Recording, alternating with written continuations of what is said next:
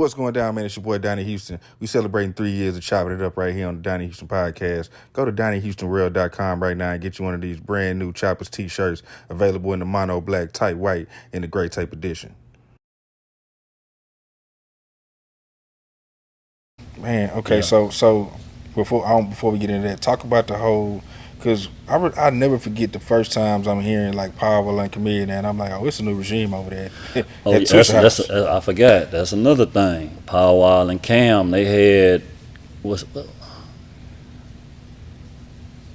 Was the color changing at the color time? changing click. Yeah, I'm almost said military. Yeah, they had color changing click, and shit, they was on fire. They was on fire, and they crew was kind of like, I want to say Paul, Cam, 50-50 Twin, Razak, and Lou Hawk. Yeah, and then I think they added Young Roe to it as well.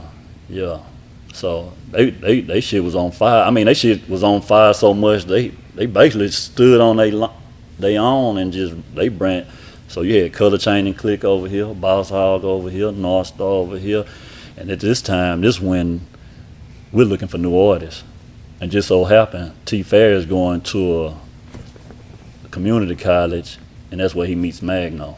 Hmm. And at this time, DJ Big Red is DJing in the strip clubs, and we're hearing about Mike Jones, but we haven't actually met Mike Jones, but we're hearing about him. Man, it's this guy making songs. He putting the strippers' names in it. Man, y'all need to check him out. And the actual first mixtape that we heard Mike Jones on was a DJ Big Red tape, which was called Caution.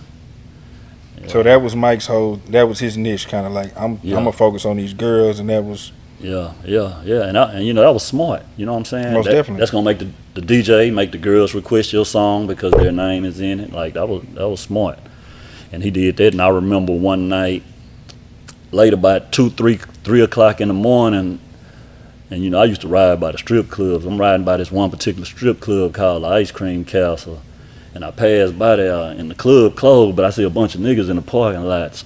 So I keep going, and then that's when T. Farris hit me and was like, "Hey man, that's you creeping?" I say, "Yeah, that's me. What's up?"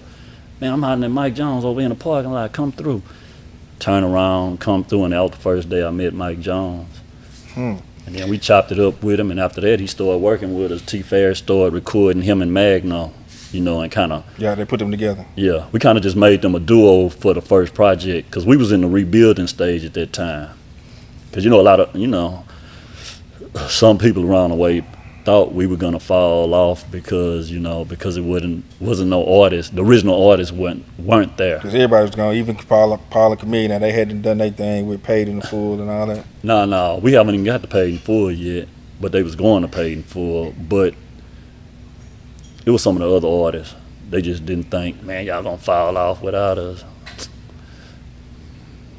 You know, it's not really about the artist. It's about the brand and the machine we built, because we could stick any artist into that machine at the time. It was so strong, yeah. Yeah. Anything you put a stamp on back then, just like how when whatever Master P put a stamp on back then, everybody bought it. They didn't even give a damn if they never heard of the artist, and we had that same kind of power at the time. Donnie Houston.